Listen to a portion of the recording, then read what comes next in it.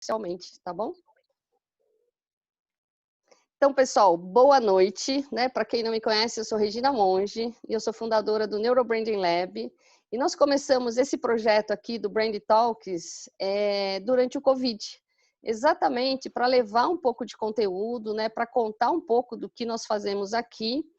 E a iniciativa era para... A gente não pensava nele com uma frequência assim tão grande, ou seja, quinzenalmente, a gente decidiu fazer e de repente ele está tomando uma proporção e hoje ele é quinzenal, né? Então essa é a 5ª edição, isso dá um trabalho danado para a gente, mas estamos ao mesmo tempo assim muito empolgados, né? E com a receptividade, com o desafio, com convidar aí amigos, professores, parceiros, então tem sido assim desafiador, né?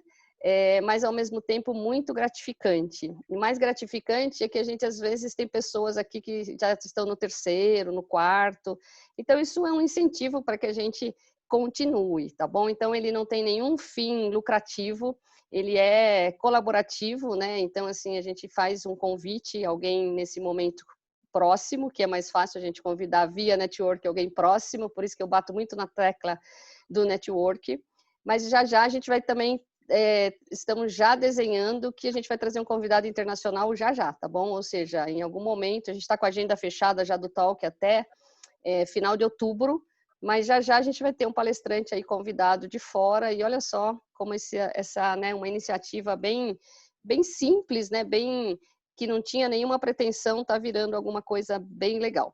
Alguns recadinhos, então, né?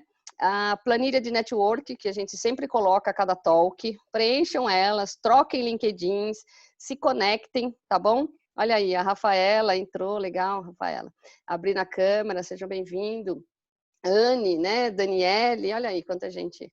E preencham, então, a planilha, tá bom? Se alguém está procurando trabalho, também escreve lá, porque às vezes na planilha pode ter alguém que esteja precisando de alguém. O Gisele acabou de colocar o link aí. Vai colocar também o Linktree com todas as nossas redes sociais. Se alguém for fazer algum stories, alguma coisa hoje, marca a gente, @neurobrandinglab. Se for me marcar, é @mongeregina. No Linktree também vocês podem baixar o manual que é Neurobranding. E a gente tem também uma novidade que no dia 15 nós vamos fazer uma masterclass sobre Neurobranding, tá bom? Marca, negócios e ciência.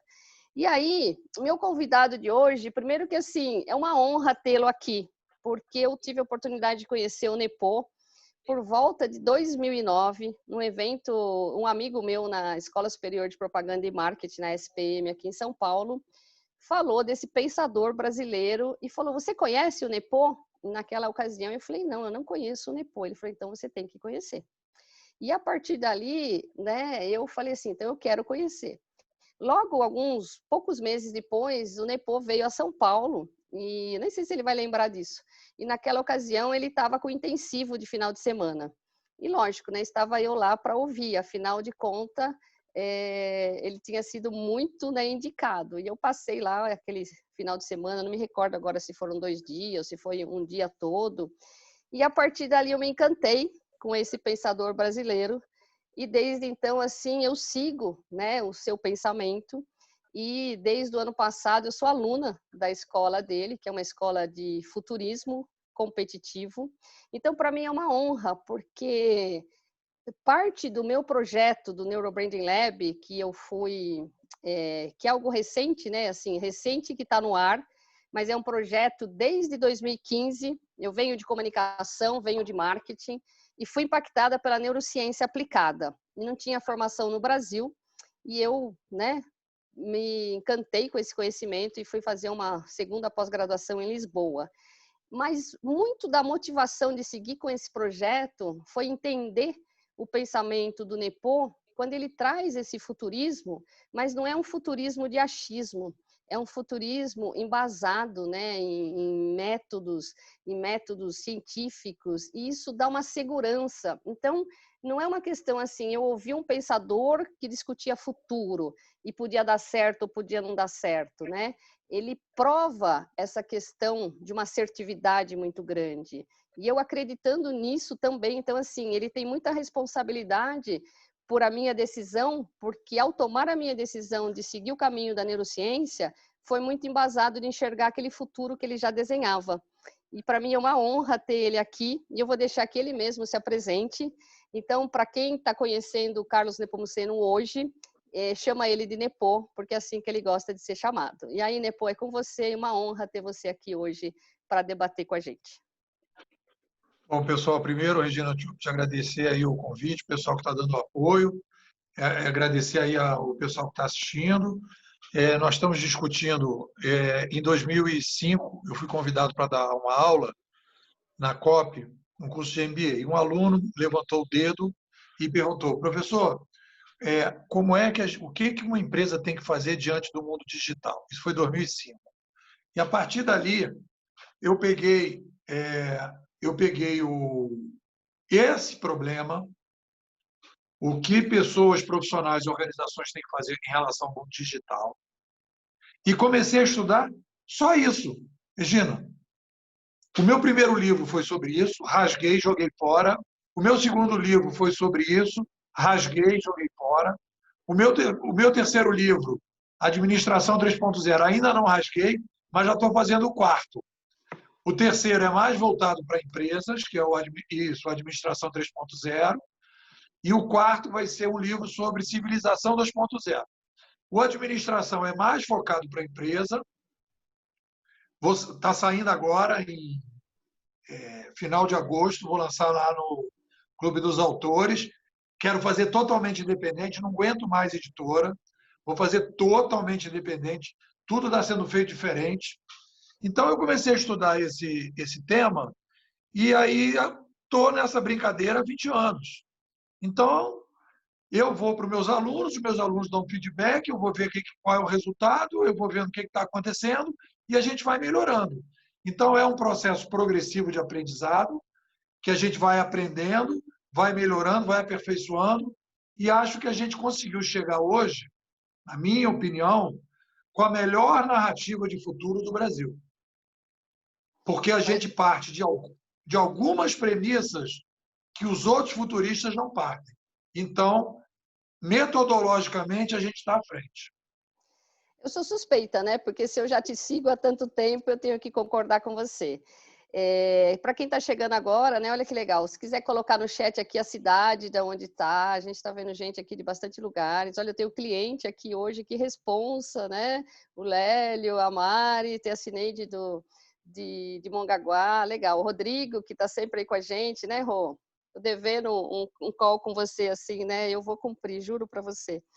Nepo, vamos começar esse debate e entender o seguinte, né? Nesse pensamento, né, que a gente discute de futurismo, essa nova visão, com base em critérios científicos, traz esse contexto atual e traz todo mundo assim para a mesma página, né, desses fatores que causaram e por que estamos nesse contexto, para a gente tentar trazer as empresas para esse momento e o que nos espera aí nas próximas questões para a gente falar um pouquinho de futurismo. O que causou tudo isso, né? Traz aquele contexto da revolução para a gente, que eu sou apaixonada de ouvir isso. Olha só, a primeira coisa, quando a gente fala de futurismo, a gente está vivendo hoje um cenário incerto. Então, os fatos... Isso aí tem um pensador americano que eu gosto bastante, que é o Thomas Kuhn. O que ele diz? No momento que a gente não entende os fatos, nós temos que oficializar uma crise de anomalia.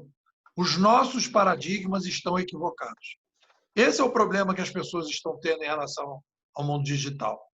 As pessoas querem, com os mesmos paradigmas, entender os fatos que são novos e fica tentando encaixar nos paradigmas antigos. Aí não encaixa, não tem harmonia.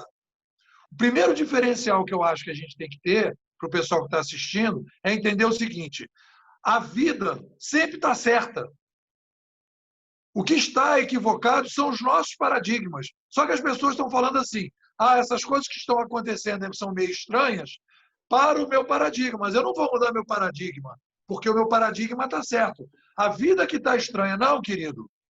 A vida está mostrando coisas que a gente não pode entender. Então, o que está acontecendo nesse novo século são fenômenos sociais recorrentes que nós já fizemos no passado, Só que o único problema é que a gente não conhecia as regrinhas do jogo.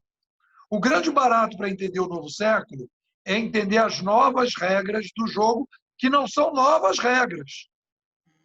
É que nós precisamos entender as regras que já existiam.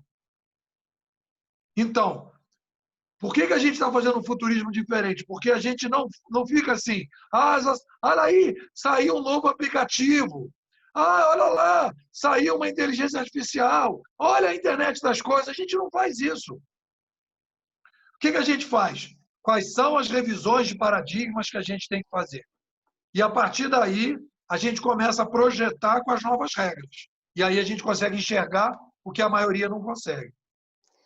Depois, quando você, né, diz que nós temos algo recorrente na história, né, isso me marca muito, porque e entender, né, ou seja, vivemos a transformação digital, mas a gente tem que olhar para a história e entender que já tivemos esse momento, e é quando você fala dessa ruptura de mídia, né? E sendo que a gente está acreditando, muitas empresas ou muitas pessoas acreditam que a tecnologia é meio, né? Tecnologia cada vez vai evoluir, com certeza, cada vez vai ficar mais acessível, mas essa ruptura, né? Ou seja, essa ruptura de era, essa mudança cognitiva, né? E nós olharmos para isso como fator causante, a mídia, fala um pouquinho disso, porque eu acho que aqui é uma coisa importante da gente trazer. Então, olha só, galera, o pessoal até estava perguntando aí sobre os paradigmas. A primeira coisa que a gente tem que entender é que nós somos a única tecnoespécie do planeta. Somos a única tecnoespécie do planeta. Se descerem marcianos com disco voador, vocês vão ver o maluco sair correndo para abraçar os marcianos. Por quê? Porque eu quero conhecer uma outra tecnoespécie. Nós não temos outra tecnoespécie no planeta. O castor usa algumas tecnologias, o macaco às vezes mete lá um pauzinho para tirar a abelha, aquele João de Barro faz a casinha dele, mas o castor não faz curso do Senac, o João de Barro não faz curso do Senai, e eles fazem aquilo no instinto. Nós somos a única tecnoespécie do planeta. Então, a primeira coisa de paradigma aí, galera, somos uma tecnoespécie. Uma tecnoespécie tem uma característica, que é a nossa, que a gente não sabe, não entendeu e que a gente tem que entender. Uma tecnoespécie pode crescer demograficamente. Uma tecnoespécie pode crescer demograficamente. Por quê? Porque no momento que vai crescendo a população, nós vamos inventando novas tecnologias para resolver os problemas. Novas ideologias, novas filosofias, novas formas de pensar a sociedade para resolver o problema do aumento populacional. Aí você perguntou, Regina, qual é o fator causante? Nós aumentamos a população de 1 para 8 bilhões em 220 anos. Nós aumentamos a população no Brasil de 30 para 210 milhões nos últimos 120 anos. O mundo cresceu 8 vezes em 220 anos e o Brasil cresceu 7 vezes nos últimos 120 anos. Aí eu pergunto para qualquer pessoa que tem um mínimo de lógica na cabeça: é possível o mundo crescer 8 vezes?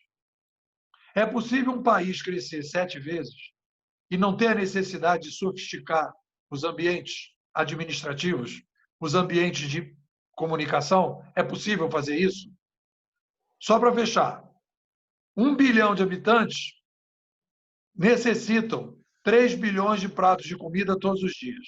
Regina, 3 bilhões.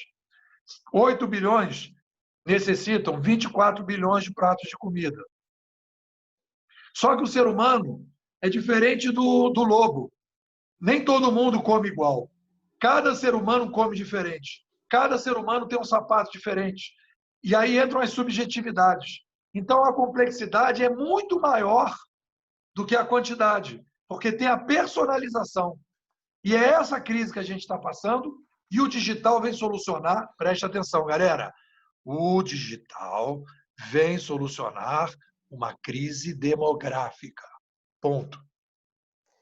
Legal, né? Pô, eu sempre me deparo, né, pô, quando eu vou para alguma reunião ou quando eu dou aula, né, eu dou aula de neuromarketing, neurobranding, quando a gente tenta falar para um empresário, falar para alguém de negócios, que ele tem que parar, olhar para a história e ver que o que vivemos hoje é algo que pode ser interpretado em alguns momentos. E você, então, quando eu defino a escola, né, como uma academia de Platão moderna ou uma academia dos filósofos moderna, onde um pensamento está sendo construído em tempo real, é fantástico fazer parte desse momento. E eu enxergo que assim que é fantástico fazer parte desse momento da história, porque o que nós estamos vivendo hoje e entender isso, entender essa transformação, e além de tudo a gente ainda tem um comportamento humano aqui, né, como uma grande barreira, né, porque como ser humano nós não gostamos de mudança.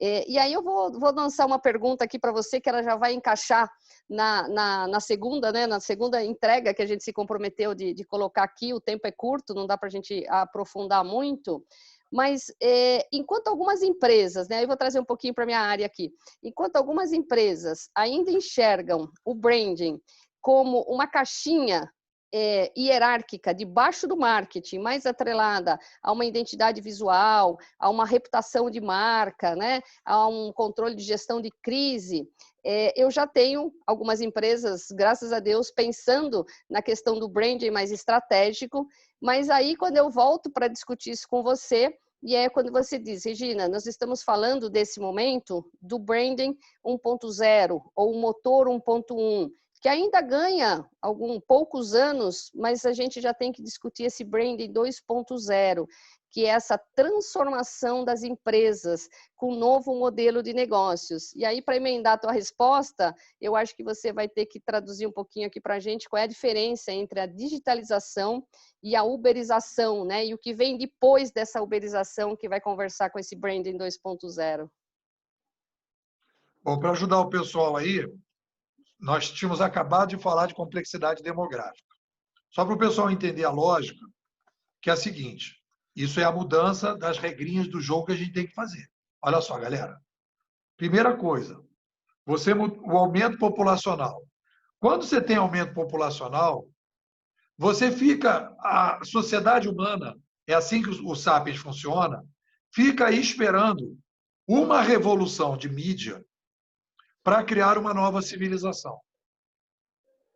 Isso aconteceu da passagem do gesto para a oralidade, 70 mil anos, da oralidade para a escrita manuscrita, da escrita manuscrita para a escrita impressa, da escrita impressa para os meios eletrônicos de massa, para a digitalização, que é essa primeira etapa do digital, e agora para a uberização e depois para a blockchainização. O nosso querido Pierre Levy, que é um filósofo canadense, tem a seguinte frase: mudou a mídia, mudou a civilização. Então, o que é essa mudança civilizacional para entender o branding? A mudança civilizacional introduz na sociedade, olha aí, galera, não obrigatoriamente, introduz na sociedade a possibilidade de se criar um novo modelo administrativo. Pô, que modelo administrativo é esse? Eu tenho aquela historinha que eu conto, que é fácil para a galera entender, que é a seguinte: Regina, TV Globo é uma empresa analógica. O Netflix digitalizou a TV Globo.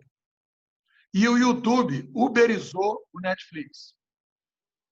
Vamos pegar aí a escala dos três, para a gente falar de complexidade demográfica, para ver o futuro, porque nós somos 8 bilhões. A Globo tem 20 milhões de usuários. O Netflix, 220 milhões. E o YouTube tem 2,2 bilhões de usuários.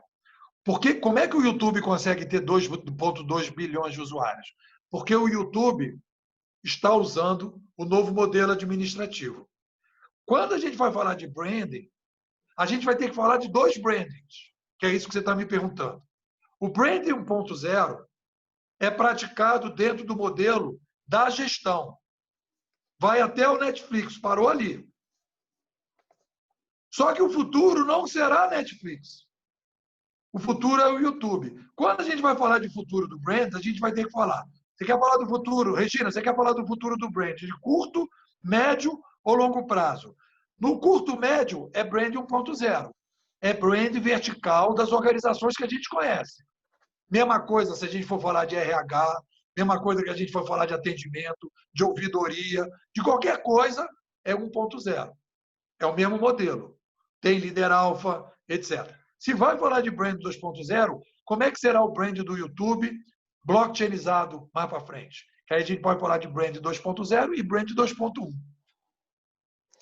É muito, assim, eu não sei, né, como é que o pessoal está vendo tudo isso. Eu, como, né, acompanho desde sempre o pensamento do Nepo, e o pensamento dele, ele serve como um guia para que o meu próprio negócio seja transformado, né? Então, hoje, quando eu estou colhendo os frutos de um investimento, de acreditar na neurociência aplicada, né, de trazer isso com metodologia para poder acelerar a construção de marca, performance de produto, transformação de cultura, enfim. E eu já tenho que pensar que eu vou colher isso por alguns anos, evidentemente, né? Pô, a gente vai pegar essa onda do colher isso, e aí eu pego algumas empresas que estão vivendo esse branding já na gestão, mas também tem muita empresa que eu tenho contato que o branding ainda não chegou na gestão.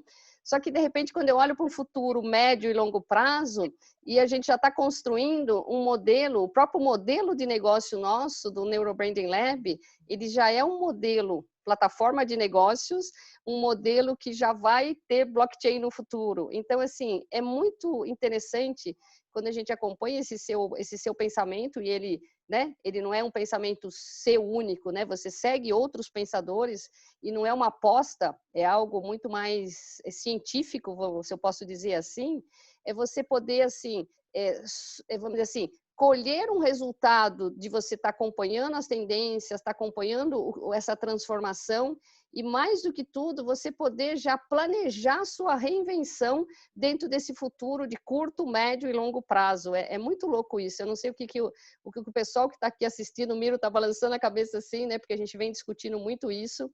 E você, ou seja, o planejamento sempre, né, é algo essencial, mas você poder entender esse futuro e poder pertencer e construir isso. Hoje eu tenho cliente já fazendo esse modelo, é muito louco isso, né? E aí eu não sei se a galera depois quiser escrever no perguntas, porque realmente eu acho que assim é uma oportunidade para a gente se reinventar como profissional, tantas carreiras que vão surgir, mas acima de tudo se reinventar como negócio, como empresa ou empreender. Eu sempre falo que empreender no Brasil não é para amador, né? Porque aqui a gente tem tantas dificuldades, a gente é tão burocrático, é tão travado, tudo aqui joga contra. Eu tenho o Lélio lá balançando a cabeça também, porque é um empresário, né? Ele sabe das dificuldades, mas acima de tudo, a gente olhar também para esse país. Eu lembro quando eu fiz a minha pós-graduação em Lisboa, o estrangeiro olha para cá e fala assim, uau, quem me dera nascer no Brasil que tem tudo para fazer, né? Ou seja, como muitas oportunidades. Então, depois, quais seriam, então, esses desafios, né? Ou seja, para as empresas adaptarem a esse novo modelo de negócio? E aí, quando a gente começa a entrar na questão dos ecossistemas, né? Ou seja, o que você traz aí de uma forma para que as pessoas possam se preparar, buscar conhecimento também, ou levar isso de alguma forma para dentro das organizações? Bom, o que acontece é o seguinte, as pessoas não se dão conta. Eu tive num cliente, né? Aí o cliente chegou para mim e disse o seguinte, eu falei para ele, você tem que uberizar o seu negócio, etc. Aí olha o que ele me respondeu, Regina. Não, Nepo, isso não tem a ver com a nossa filosofia. Olha só a situação. A filosofia, todos os pensamentos que nós temos vieram de algum filósofo, ou de alguns filósofos. O DNA do pensamento humano vem da filosofia. Depois ele desce para a teoria, depois ele desce para a metodologia e depois para o operacional. Eu chamo isso de Zeca Pagodismo, que o cara não sabe que ele está deixando a vida levar, o pensamento de outra pessoa está levando ele, que é o Zeca Pagodismo. Qual é o grande problema que a gente está tendo hoje nas organizações? Eu escrevi isso essa semana. Nós temos que fazer uma mudança de paradigma. Nós temos que fazer uma mudança de paradigma filosófica muito rápida. Coisas que no passado demoraram, sei lá, um século, para a sociedade absorver as mudanças, hoje você tem que fazer num período muito curto, não está dando tempo. O que diz o nosso amigo Thomas Kuhn? Ele diz o seguinte: quando você tem uma anomalia, olha só que grave, Regina, toda a geração que está com o paradigma passado, esse é a maldição do Thomas Kuhn. Tem que morrer toda a geração, vir uma geração nova, que é o que está acontecendo. Todas, olha só, pessoal, dá uma olhada numa coisa que eu vou chamar a atenção de vocês. Se a gente disser que existe um mercado uberizado, todo mundo está vendo o mercado uberizado. Eu não inventei mercado uberizado. Às vezes a pessoa fica com raiva do Nipô e fala, eu sou o mensageiro. Airbnb, Uber, Facebook, Twitter, Mercado Livre, todos esse negócio é tudo uberizado. Quais foram as empresas tradicionais que hoje lideram o mercado uberizado, Regina? Zero. Nenhuma. Isso é uma crise. É óbvio que existe uma crise. Porque o cara vai dizer, não, Uber é outro modelo de negócio. Não, querido, Uber não é outro modelo de negócio, é outro modelo de administração. Eu acho que aí tem um ponto interessante, né, de você olhar o Uber como assim, o Uber é tão distante da minha realidade de negócios e não entender a uberização como modelo de negócio, né, e não modelo de um segmento de mercado, né? Acho que esse é um ponto importante. Você tem que entender o Uber como um novo modelo administrativo. Só dá para enxergar isso porque a gente está indo para os canadenses. O que diz os canadenses? Mudou a mídia, mudou a sociedade, mudou a mídia, mudou a civilização. E aí, qual foi a nossa contribuição para a escola canadense? Quando você muda a mídia, você muda o modelo de administração. A mídia é a mãe do modelo de administração. E aí a gente consegue enxergar. Olha só que interessante, Regina. O Netflix é possível pela chegada de um novo canal. O Uber é possível que é a chegada de uma nova linguagem. É diferente. O Netflix, ele traz, qual é o canal? Computador, celular, laptop, tudo isso é canal. Plataforma que ele criou, tudo isso é canal. O Uber consegue ser Uber porque ele introduziu a linguagem das formigas, Regina. Eu não preciso de gerente no Uber. Por quê? Porque cada formiguinha avalia a sua outra formiguinha. É isso que dá escala para o Uber. O Uber não tem gerente porque o gerente fazia o papel de avaliador de demissão, promoção, admissão, né? O que vai entrar na plataforma, quem vai entrar, quem não vai, tinha que passar pelo gerente. No modelo do Uber, da uberização, a gente usa uma linguagem parecida com a das formigas, que não precisa disso. E por que a gente introduziu a linguagem das formigas? Porque é um modelo de administração mais sofisticado para resolver a crise demográfica, em que eu tenho no Uber, no Airbnb, presta atenção, galera, qualidade, personalização na quantidade e quantidade com qualidade personalizada. E aí, isso vem resolver a crise demográfica. É a chegada desse novo modelo. Aí, quando você vai falar, tudo vai ser uberizado e blockchainizado, eu acredito que o que será locomotiva no futuro, porque é uma opção, o que for locomotiva é Uber e blockchain. O que não for Uber e blockchain é vagão. O cara pode escolher. E aí, olha que interessante.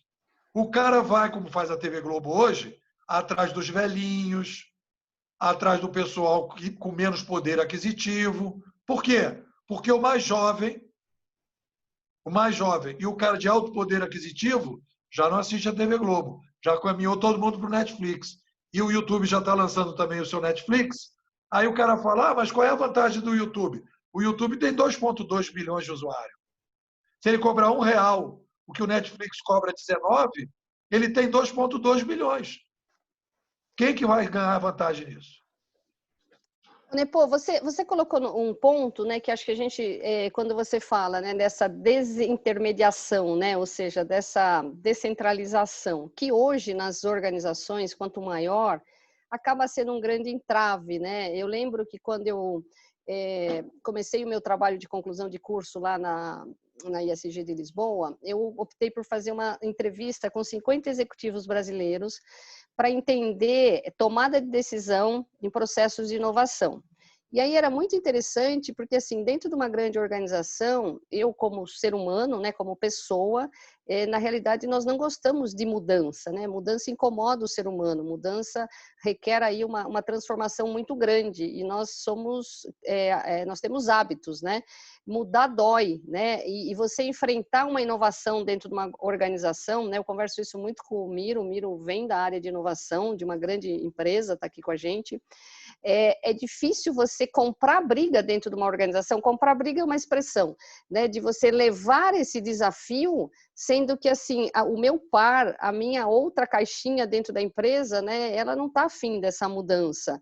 E aí hoje a gente tem dados de inovação dentro das organizações que não estão conseguindo ter sucesso, porque a gente tem uma grande barreira aí do ser humano. E eu percebo nas grandes organizações, evidentemente, elas mais lentas, né, mais burocráticas, e para fazer essa grande mudança, né, ou seja, para mudar esse modelo de administração é muito desafiador. E que talvez organizações que no passado elas tinham muitos anos de existência, porque elas tinham recursos financeiros, uma penetração boa de mercado, hoje às vezes a gente vai para reuniões, né, e a demanda é o seguinte: grandes empresas ou até globais, eu estou perdendo o mercado e eu não consigo entender por quê. Tanto é que um dos nossos talks foi por que marcas líderes estão perdendo o mercado, né? Que conselho que você dá? Quer dizer, qual o caminho para começar a fazer esse movimento dentro de grandes organizações onde o desafio é gigante, né? Que luz que você coloca aqui para quem está assistindo e que trabalha em alguma organização, que tem que fazer um movimento e está travado aí? Qual o caminho, né? O que você pode dizer desse desafio aí, né? Bom, Convencer o primeiro, quando a gente parse. fala de inovação, eu brinco sempre que a gente tem a inovação Rivotril. A inovação Rivotril é a seguinte: o cara diz assim, cara, eu estou querendo fazer uma inovação. Ele fala, olha, pode inovar à vontade, mas não vai mudar nada, ok? Então, o que as empresas falam? O que as empresas fazem? Elas fazem o seguinte, palestra motivacional, filminho de peixe, filminho de passarinho voando. Você já viu aqueles filminhos de passarinho voando? Depois de peixe, o cardume, tudo integrado, etc. Eu chamo essas palestras e esses workshops aí motivacionais de movimento Cracolândia. O cara vai para Cracolândia, cheira lá para caramba, né? E depois ele volta no dia seguinte e vai trabalhar do mesmo jeito que ele sempre trabalhou. Então, o que acontece? Nós discutimos muito isso. Então, a crise que nós temos hoje, ela não é tecnológica, é psicológica. Mudar é um problema emocional. As pessoas não querem desapegar. Tem até aquele filme A Grande Aposta que diz: dificilmente você vai acordar quem finge que está dormindo. O cara não vai abrir mão do leitinho das crianças. Não vai abrir mão. Então, por exemplo, depois de muita cacetada que eu levei na vida, muita cacetada, que eu lancei 3 livros, e os 3 que sugeria vários tipos de mudança, com uma lógica muito forte, as pessoas simplesmente não consideraram os livros como livros importantes para mudar a empresa. O cara, legal o livro e tal, mas é tipo filme de Netflix. É bom para ver no Netflix, mas não vem trazer para a minha empresa. Porque o cara... Qual é o problema que eu tenho com as empresas? Eu ganhei um prêmio, Regina, da Época Negócio 2015. Eu fui o top entrevistado da Época Negócio 2015. Ganhei o prêmio. O cara que foi mais compartilhado. Sabe qual era o título da minha matéria de 2015 da Época Negócio? Vamos acabar com os gerentes. Aí, quando eu batia na porta e dizia, eu quero falar com o gerente, o cara, quem é o tal do Nepô? Não. O cara quer me matar. Agora, o problema que o cara tem que entender é o seguinte: no futuro, não tem gerente. Os caras estão matando o trocador, o garçom, o frentista, o caixa de banco, estão matando todos os operacionais. Digitalizar é matar gente operacional. Uberizar é matar gerente. E aí os gerentes estão todo mundo de máscara. Os gerentes estão na pandemia da uberização. Os gerentes estão de máscara, aí quando você chega e fala assim, uberização, aí o cara começa a passar álcool gel na mão. Que uberização? Álcool gel na mão. Tá entendendo? O cara não quer nem saber disso, porque ele vai ter que se suicidar. Quem que vai querer suicidar, Regina? Nepo, você tocou num ponto aí que até nós vamos engatar aqui que tem uma pergunta, e eu acho que assim, para deixar claro essa questão, que é a pergunta da Tainara, né? Eu vou trazer uma pergunta agora, porque eu acho que a gente precisa esclarecer isso aqui. Ó. Então, ela diz o seguinte: a uberização não é mal vista por conta do aumento da precarização do trabalho. Então, provavelmente, né, ela está associando a uberização ao que mexe com a questão dos motoristas, mas, embora você já tenha falado, acho que cabe realçar aqui e ressaltar a questão de como modelo de administração, né? E aí você diz agora, né, que a questão de eliminar os gerentes, né? Ou seja, essa desintermediação, ou seja, eu não preciso dessa hierarquia, né, que vai travando todo o processo. Então, é entender, gente, que assim, né? Matar o gerente significa que as organizações do futuro, elas serão menos engessadas, menos burocráticas, ou seja, eu não terei tantos níveis hierárquicos. Então, quem é gerente, né, no sentido vai ter que buscar um conhecimento, vai ter que se adaptar a essa mudança para encontrar uma outra atividade, né? Então, a expressão, né, matar o gerente é nesse sentido, porque ele vai desaparecer como esse intermediário, né? Então, assim, traz um pouquinho mais disso, ó, o gerente vai ser o bot, tá dizendo a Isabela aqui, para que a gente possa deixar isso claro, né? Pô, pelo amor de Deus, aqui para a gente também, assim, chamar o alerta para as pessoas, mas ao mesmo tempo, assim, se tiver algum gerente aqui, né, qual é a recomendação? O que ele faz para pivotar a carreira dele e ser um agente de transformação e buscar especialização, né, nesse modelo da desintermediação e aonde o gerente vai desaparecer? Olha só, primeiro, eu já muitas vezes, Regina, eu usava essa palavra desintermediação. O que há não é desintermediação, é reintermediação. Reintermediação. O que é a reintermediação? Você tinha o táxi, era intermediado pela prefeitura que fiscalizava e pela cooperativa de táxi, e ele foi reintermediado para o Uber. Então, existe uma plataforma que fez a reintermediação. Quando o pessoal fala de precarização de trabalho, eu estou estudando aplicativo de táxi desde o Taxi Beat. A primeira entrevista que o Taxi Beat deu no Brasil, fui eu que fiz com eles. Eu fui lá, bati na porta, ninguém nem sabia o que era Taxi Beat, eu fiz. Já estava no meu livro de 2013. Eu entrevistei vários motoristas do Taxi Beat, tem aí no YouTube, se eu botar taxista 3.0, Carlos de Pomuceno, tem várias entrevistas com o taxista, com depois motoristas do Uber, várias. Então, o que o pessoal fala é o seguinte, no Brasil hoje, metade da população não tem carteira assinada. Você quer uma coisa mais precária do que isso? Só que todo mundo fala, todo mundo devia ter carteira assinada, só que não tem. Então, se criou um modelo de carteira assinada, impossível que as pessoas consigam contratar as pessoas. Então, você não tem a carteira assinada, ninguém tem carteira assinada. Então, vai acabar a carteira assinada. O que a gente tem que procurar é trabalho. Se você conversar com os caras do Uber, se não tivesse o Uber hoje, esse rap, não sei o que, papá, a crise que o Brasil passou ia ser deprimente. O índice de violência ia aumentar tremendamente. Não aumentou por quê? Porque a galera saiu trabalhando. Se a gente tivesse muito menos carteira assinada, se a gente não tivesse estabilidade no emprego, funcionários públicos que não podem ser demitidos, a crise que a gente está passando com essa pandemia seria muito mais leve, porque seria mais flexível. Então, galera, preste atenção numa coisa. O Nepo está querendo acabar. Não, olha só, eu sou o mensageiro, eu analiso. O que eu quero dizer para vocês é o seguinte, quando você aumenta a população, necessariamente verá uma onda de flexibilização e de descentralização. porque a gente precisa produzir 3 bilhões, 24 bilhões de pratos de comida para cada pessoa que quer comer coisas diferentes. Não tem jeito. Isso é a nossa espécie. Enquanto você não se der conta disso, não vai. O que um gerente tem que fazer? Entender o que está acontecendo e se posicionar. Obviamente que pode ser que ele tenha uma sobrevida de um certo tempo, mas ele precisa entender o que vai acontecer daqui a 10, 20 anos. Até porque, às vezes, ele é novo, vai ter que fazer curso, vai ter que se preparar, ele vai ter que começar a olhar um caminho para ele traçar aí na frente.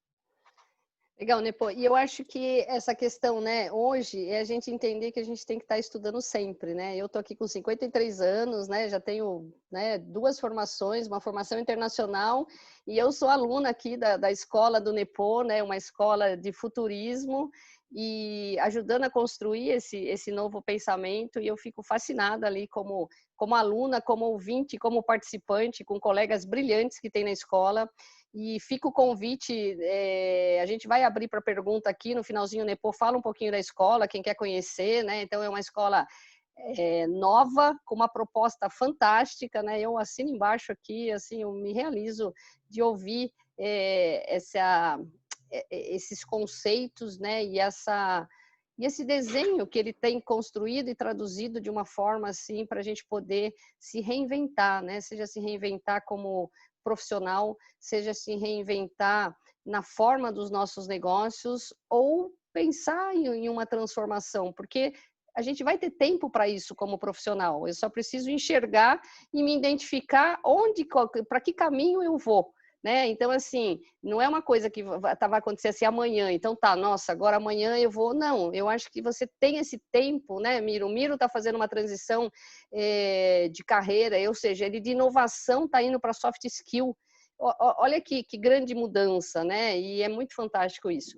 E aí, né, pô, a gente tem algumas perguntas aqui, mas uma delas é que já é a segunda vez que vem, então vamos tentar responder aqui, ó. Se a Magalu ela é um negócio que está caminhando para uma uberização, né? Você tem referência, sabe dizer algo sobre a Magalu? Não, é mais ou menos o mesmo processo da Amazon. O que é a uberização, galera? Que a gente chama de uberização é o nome popular. Internamente na escola, o conceito da cozinha da escola é curadoria. É gestão, que é o que a gente faz hoje, e a curadoria é esse novo modelo administrativo que trabalha sem gerente e tal. O que caracteriza? Por exemplo,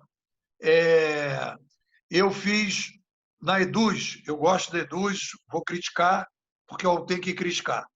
Meus cursos estão na Eduz, eu vendo por ali. Aí, quando eu mudo uma vírgula no curso meu, aí eles dizem, precisamos aprovar. Isso é a transição entre as duas coisas. Curadoria e gestão, que eu chamo de gestoria. Está no meio do caminho. Quando você está na curadoria, a característica da curadoria é o seguinte: o curador não toca no acervo. O cara publica no Uber direto, o cara publica o curso dele direto, o cara coloca o apartamento dele direto no Airbnb, o cara coloca a foto dele no perfil de qualquer site dele direto. Não precisa de aprovação. Quem é que dá o feedback se está bom ou não está? O próprio consumidor. Se vai denunciar, se vai criticar, se vai avaliar. Ele transfere a responsabilidade para o consumidor. E é isso que é o novo modelo. E nesse novo modelo, essa questão do branding muda completamente, Regina. Sim. Totalmente. Que a gente vai falar de branding 2.0. E é interessante, né, Nepo, porque assim, muito se fala, né, de trazer o cliente ao centro, né, customer centric, a jornada do cliente, mas efetivamente você delegar essa, né, ou seja, é o cliente, como a empresa ela existe só para servir a um cliente, né, e nada mais interessante que o próprio cliente nos valide, vamos dizer assim. E as organizações, né, elas foram criadas de uma forma a impor, né? Isso com a mídia de massa, então isso foi muito forte. E agora de repente ela se vê desafiada a um modelo de ter que ceder isso, e é muito difícil isso, né? Eu vejo isso com grande dificuldade nas grandes empresas. Eu estou vendo várias pessoas aqui balançando a cabeça assim, né? A Letícia ela já está desde o tempo da aula, assim, né? Porque deve estar vivendo isso em alguma situação de empresa, né? O Jefferson lá também. Então, assim, eu vejo, né, em algumas empresas é desesperadora a situação. E aí, né, esse grande desafio. Bom, aí temos uma pergunta aqui, ó, que passou, que é para você também, ó. Como você vê o impacto do LGPD sobre o capitalismo de plataformas? Modelo plataforma de negócios, talvez. O que ele perguntou, não entendi, Regina. Da lei de proteção de dados, da LGPD, sobre o capitalismo da plataforma, você tem alguma consideração? Olha só, o que acontece? O que acontece? A mudança, essas regulações centralizadas. O que acontece, galera? A mídia. Esse menino que eu fui fazer, tenho meus alunos que me orientam. A minha bússola é meu cliente, Regina. Eu fui dar uma aula numa empresa, o menino levantou o braço. Eu acho importante essa experiência. Foi por isso que o meu livro de 2006 foi para o lixo. Esse moleque jogou meu livro para o lixo. Ele virou para mim e falou: Nepô, na boa. Quando ele falou na boa, eu senti que o cara vinha com a escopeta. Aí eu estava falando de conhecimento em rede, de fazer mudança, inovação. Ele perguntou: olha só a pergunta interessante dele, que na minha opinião é a pergunta do século. Nepô, essas mudanças que a gente está fazendo na empresa, é mudança de comunicação ou de processo? Olha que interessante, Regina. O que ele estava colocando e que foi o desafio para eu responder isso no meu livro de 2013? Eu fui responder para esse aluno, o livro de 2013. E eu fiquei com aquela pergunta na minha cabeça, tentando responder decentemente para o aluno. Qual é a resposta que eu dou para ele hoje, com mais qualidade? É o seguinte: quem manda no modelo de administração é a mídia. As empresas não entendem isso. Com a nova mídia, porque olha só, pega um gerente. Galera, gerente é lobo. Uberização, gestão é lobo, uberização é formiga. Vamos pegar essas espécies e ver como é que elas trabalham com a comunicação delas. O lobo tem 50 membros, uma alcateia, ele transmite a mensagem para os outros lobos pelo som. Formiga não tem som, é rastro. É Waze, é Wazerização, é Airbnb, YouTube. Isso é formiga. A formiga troca mensagens com rastro químico. Por isso que as formigas têm milhões de formigas, é por isso que o lobo só tem 50. Tem um limite demográfico, formiga e lobo. Quando o gerente ele vai tomar uma decisão, ele recebe um som numa reunião, sonoro, alguém fala, ou ele recebe o som escrito, ele lê. E ele despacha o som, ou ele fala ou ele escreve o memorando. Quando a gente vai para a uberização, não tem som. É outra mídia que cria um novo modelo de administração. Não tem som. E aí o cliente, é isso que a galera tem que entender. O cliente não quer pedir, o cliente quer mandar, ele quer decidir. É isso que dá o exponencial dessas organizações. E é interessante, né, Nepo, porque se a gente olhar para o digital, né, e falando em comportamento, o que a gente tem no digital, se não rastros, né? Ou seja, individual, né? Ou seja, totalmente fragmentado, né? É muito interessante isso. Bom, acho que vamos para mais uma pergunta que acho que dá tempo, né? Então, acho que é da Carol, ó. Num futuro muito próximo, o Uber também vai deixar de oferecer trabalho por causa da automação, robotização? E essa robotização já está acontecendo. Como driblar a automação? Muita gente vai perder emprego. Os carros serão todos dirigidos por robôs? Essa coisa já vem acontecendo na China, inclusive. Acho que aqui entra um pouquinho no futuro do trabalho, né, com a questão da automação dos veículos, mas acho que você, de alguma forma, falou nessa transformação, mas se você quiser falar Não, algo... olha só, galera. Tem uma fantasia colocada de que tecnologia tira emprego. Isso é mentira. Eu vou repetir para você. Tecnologia nunca tirou emprego, nunca vai tirar emprego. Porque o ser humano é uma espécie que trabalha no espiral. Vou dar um exemplo. O cara estava dentro do ônibus, tá certo? Aí tirou o trocador do ônibus. Ah, o desemprego do trocador, etc. Não, beleza. O empresário que ia aumentar a passagem com a tirada do trocador, não aumentou a passagem, o cara perdeu dinheiro com a inflação e cada passageiro ali passou a economizar um pouquinho com a passagem. Para onde vai o dinheiro daquele cara? O cara vai dizer, poxa, antigamente eu não viajava, não podia comer um chocolate. Agora eu posso comer um chocolate na viagem que está sobrando dinheiro para tomar um chocolate. Quando ele vai fazer o chocolate, alguém vai falar, cara, eu vou vender chocolate no ônibus. Então, o trocador virou vendedor de chocolate. e aí é E interessante, vai né? num espiral. Sim. Aí, só para terminar, Regina, no caso do Uber, vai ter agora carros automáticos. Aí eu pergunto para você, quem que vai fazer a manutenção do carro automático? Então, o motorista do Uber vai fazer um curso de carro automático e vai fazer a manutenção do carro automático. Quem vai fazer a limpeza do carro automático? Porque o carro vai ficar sujo. O cara saiu da praia, entrou no carro, vai ficar sujo. Como é que vai fazer? Então, é um espiral, sempre é um espiral. No momento que sobrou dinheiro, olha só, sobrou dinheiro para ter um cachorro em casa, daqui a pouco tem passeador de cachorro. Sobrou dinheiro para, depois do passeador do cachorro, agora já tem acupunturista de cachorro. Daqui a pouco vai ter personal filósofo. O cara que caminha com o cara para fazer filosofia andando, personal filósofo. Daqui a pouco vai ter personal psicanalista. Está entendendo? Quer dizer, é um espiral, por isso que a tecnologia não tira. Porque o cara sobrou dinheiro, ele vai jogar o dinheiro para cima. Porque o ser humano não fica parado. Se sobrar dinheiro, ele quer mais. Ele sempre vai querer mais. E novas profissões vão surgir a partir dessas oportunidades.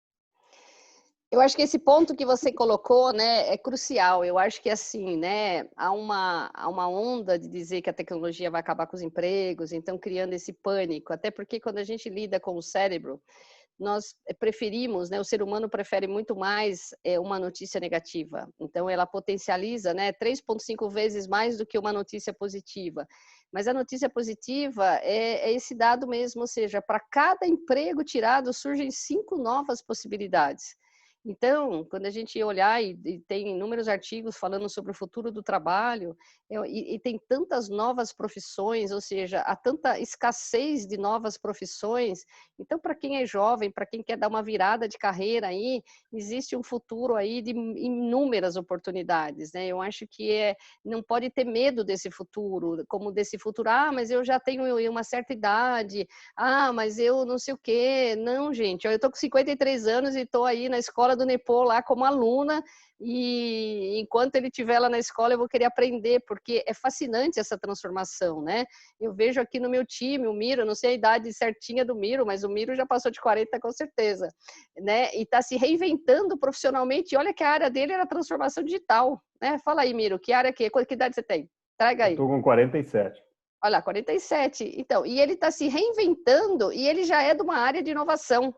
Ou seja, ele está se reinventando em soft skill. Então, essa questão da gente olhar para esse mundo agora de um eterno aprendizado e de uma eterna transformação. Eu não me imaginava trazendo neurociência para a minha área de marketing. Neurociência, para mim, era uma coisa assustadora. Quando eu fui buscar esse conhecimento, né, amigos próximos, e falaram assim, Regina, você é louca, né? E eu até escrevi um artigo recente aí no Insta, acho que tem 2 dias aí, o Gesiel depois pode colar ele aqui, e é onde eu conto essa historinha, né? Muitos me chamaram que eu estava louca, e eu falei não, eu me apaixonei por um tema de futuro.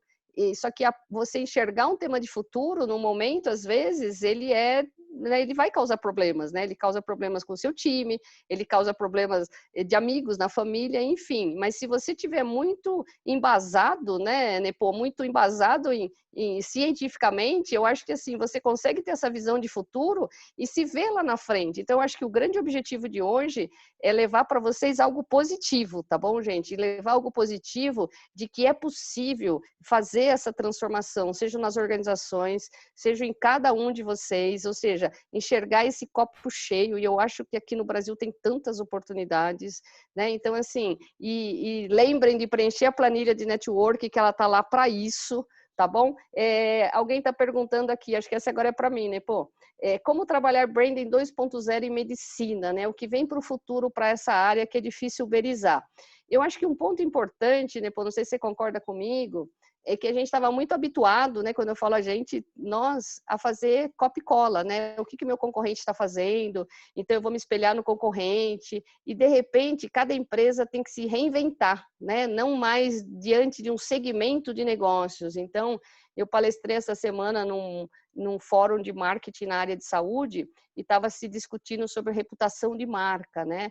Então, acho que assim, para a área de saúde, hoje, né, no motor 1.0 ainda, a gente entender que vai ficar bastante complicado a questão do branding como reputação, né? Há uma tendência do branding que reputação vai ser critério de avaliação para investimento nas ações das empresas. Parece um mundo distante? Não, gente, isso vai ser muito rápido e muito acelerado.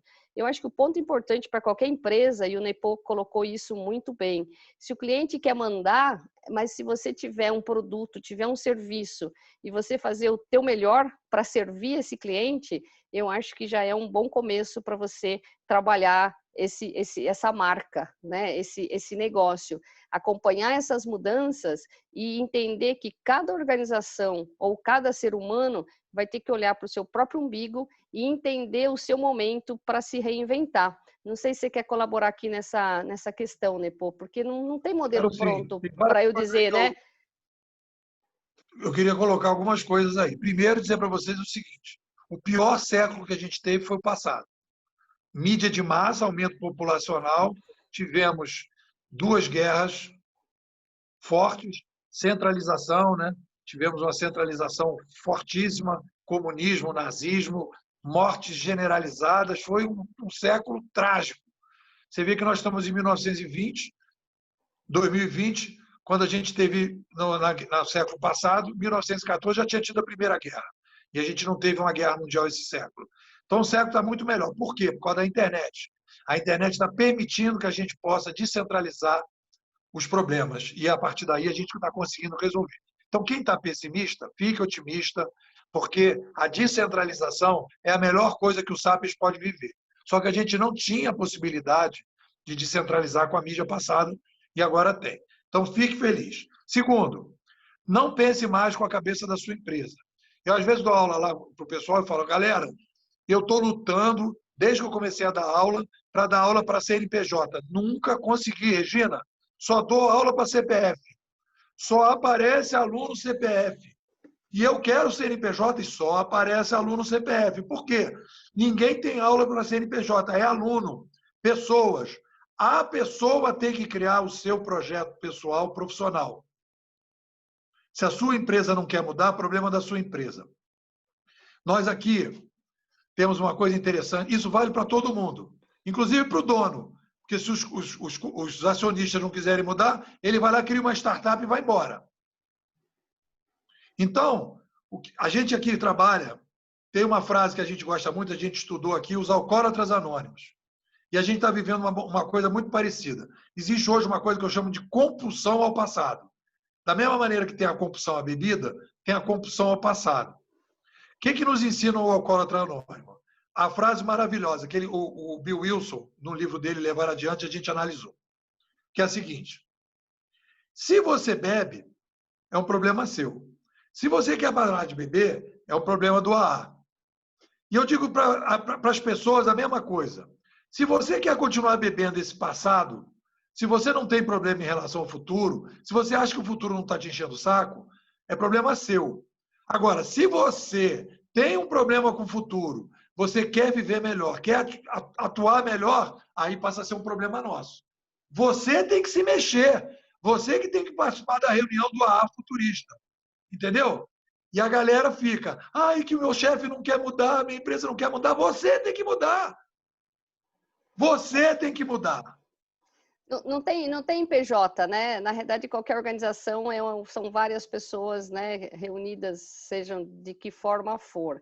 E é interessante que a Keila colocou aqui, né? Perfeito. Décadas passadas eu ouvia falar que os caixas eletrônicos tirariam empregos de bancários, né? E isso não aconteceu, assim como essa evolução, ela só está mais acelerada. Eu acho que a gente tem um tempinho ainda, né, pô, se o pessoal topar, eu queria te fazer uma pergunta que não está aqui, né, no nosso roteiro, que é o seguinte, e aí veio o Covid, Ah, né? não está no roteiro, então não pergunta, não. Ah, não, vamos perguntar, aproveitar, né, que ele está aqui assim. A gente não esperava o Covid, né? Ninguém esperava. E aí veio o Covid, não temos experiência com isso, não temos repertório, né?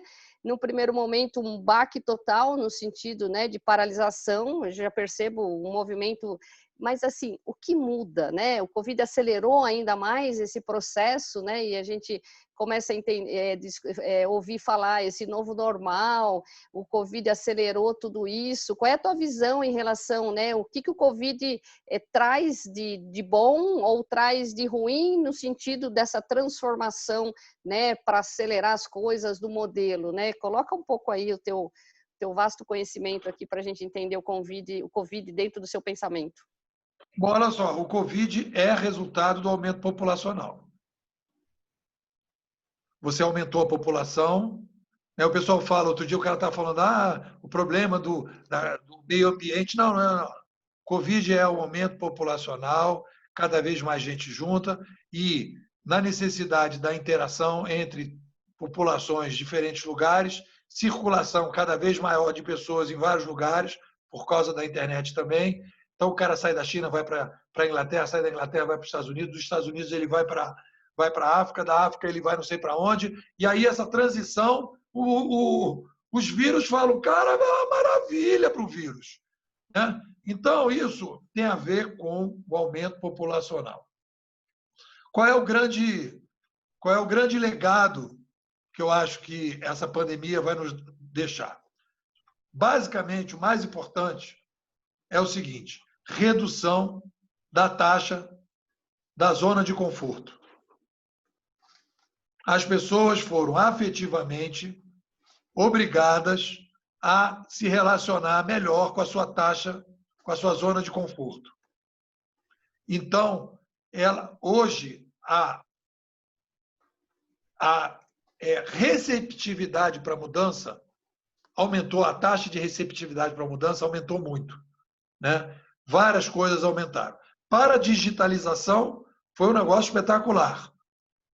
Dificilmente você vai ver um cara se mandar para São Paulo, do Rio para São Paulo, para fazer uma reunião de 2 horas. Dificilmente. Eu tenho um terapeuta que ele trabalha na Barra, os clientes saíram do Flamengo para ir para a Barra, 1 hora para ir, 1 hora para voltar, para fazer uma consulta de 1 hora. Isso acabou. O terapeuta tem que ficar perto do paciente por uma questão de subjetividade. Isso acabou. Então, muitas coisas caíram por terra. Mas preste atenção. Tudo na digitalização. Agora, do ponto de vista econômico, a crise teria sido muito menor se a gente tivesse já com muito mais uberização no mercado. Porque a uberização ela é muito mais flexível. Quando a galera fala é precarização do trabalho, não é precarização do trabalho, é flexibilização do trabalho que permite a gente enfrentar crises cada vez mais sofisticadas. Cada um trabalhando no seu jeito, no seu lugar e mudando de um lado para o outro rapidamente para poder superar as crises que vão ser cada vez maior. Vai vir a pandemia 2.0, vai vir a pandemia 3.0, tá entendendo? Vai ter uma série de problemas que a gente vai ter que saber lidar com isso. Na realidade, né, essa questão dos vírus, né, veio para ficar, né? Ou seja, nós teremos aí, como se diz, né, pandemia 1.0, 2.0 e temos que aprender a lidar com isso, né? Regina, e muita tecnologia também. Sim. Os aeroportos vão ter que inventar, eles vão inventar o raio, não tem o raio-x para o cara passar aquele negócio de não passar não sei o quê, vai ter, o pessoal vai inventar alguma coisa para identificar. O cara não vai entrar no avião, tá entendendo? Medidor de temperatura. Vai mudar muita coisa nessas coisas. Bom, Entendeu? pessoal, Quando fizeram o sequestro de avião, uhum. Regina, quando fizeram o sequestro de avião, antigamente, antes, muito lá atrás, não tinha aquela cabine do piloto fechada com aquele olho mágico. Hoje tem. Por quê? Por causa do sequestro. Sim. Por causa lá das Torres Gêmeas. Uhum. Então, vai ter toda uma tecnologia para reduzir a pandemia. E isso aí é o espiral. Espiral. Uma geração de emprego enorme. Uma indústria vai surgir com isso. Então, eu acho que isso também, né, surgem novas oportunidades, né, que cada um de nós aqui pode estar atento, né, e trazer isso para o seu momento, para a sua experiência, para o seu negócio, até para empreender. Pessoal, nós estamos chegando ao final e antes de eu dar os recadinhos aqui finais, eu queria agradecer muito o Nepo ter aceito esse convite. Para mim é uma honra tê-lo aqui dividindo, né, esse bate-papo. É um assunto complexo, não é um assunto tão simples, mas assim, brilhantemente como um professor didático que ele é, eu acho que pelo menos, né, ele conseguiu traduzir isso. Nepo, para quem quiser conhecer a escola, Nepo, para quem quiser conhecer mais do seu pensamento, né, você escreve assim continuamente, né? Como é que as pessoas podem acessar aqui? Fala o link da escola. Eu já coloquei, né, na comunicação o seu Instagram, mas fala o link da escola para as pessoas pelo menos conhecerem a proposta da escola. Olha só, vamos lá. O meu blog está completando 13 anos, Regina. Eu escrevo todo dia, todos os dias de semana, há 13 anos. E aí eu recomendo para vocês. Se vocês querem ter um pensamento diferente, escreva todo dia e vai melhorando o seu pensamento. É a prática que vai levando você e tal. Você imagina, todo dia você tem que pensar coisas diferentes e tal, papá. Então, são 13 anos. O meu blog é nepo.com.br. Vou repetir. nepo.com.br. Todos os meus artigos estão lá. São 13 anos de acervo. Eu quero ver o que o Nepo pensava em 2006. Tu vai lá. Eu quero ver o que o Nepo pensava em 2012. Tu vai lá. São 13 anos de trabalho. A escola é bimodais.com.br. Eu peço para as pessoas me mandarem um zap. Vou dar o número. 21 99608 6422. Vou repetir. 21 99608 6422. Tu me manda um zap. Nepo, eu quero ser bimodal. Aí tu já vai receber um link, preenche o formulário para eu pegar o teu perfil e eu respondo no gravador, gravo aluno por aluno. Você está chegando, você está babá. Tem vários perfis de futuristas, Regina. Sim. São 6. São 6, né? Metafuturista, futurista cenarista, futurista formador, futurista mediador, futurista empreendedor. Tem vários. E aí você vai escolher o que você quer para você ir em frente. O futurista é uma profissão de futuro. É uma profissão que vai bombar cada vez mais. A galera pode ficar ligada nisso. Te agradecer também, Regina. Foi um prazer estar aqui, né, compartilhando com o pessoal, um público diferente que a gente não conhece, e falando aí das nossas ideias. Para fechar, hoje eu quero dizer para vocês que a Bimodais, eu vou defender isso e desafio para um debate quem disser que não é. Qualquer um. Nós temos hoje a melhor escola de futurismo do Brasil. A melhor escola de futurismo do Brasil. Nepo, eu não concordo. Me chama para um debate. Topo qualquer debate com qualquer um em qualquer hora. E aí a gente vai conversar. E eu assino embaixo, pessoal, realmente assim, é a melhor escola, é uma linha de pensamento, e como ele disse, né, eu atendo ao meu aluno, que é o meu cliente, é incrível, porque assim, a gente não só aceita o que ele fala, há debates, há discussões, é um grupo muito assíduo, e ele vai, e ele reconsidera, e ele reconstrói se realmente o caminho não é aquele, é uma escola viva, né, que se transforma a cada semana, semestre. Então, assim, super recomendo, assine embaixo. Mais uma vez, assim, gratidão, né, por esse momento.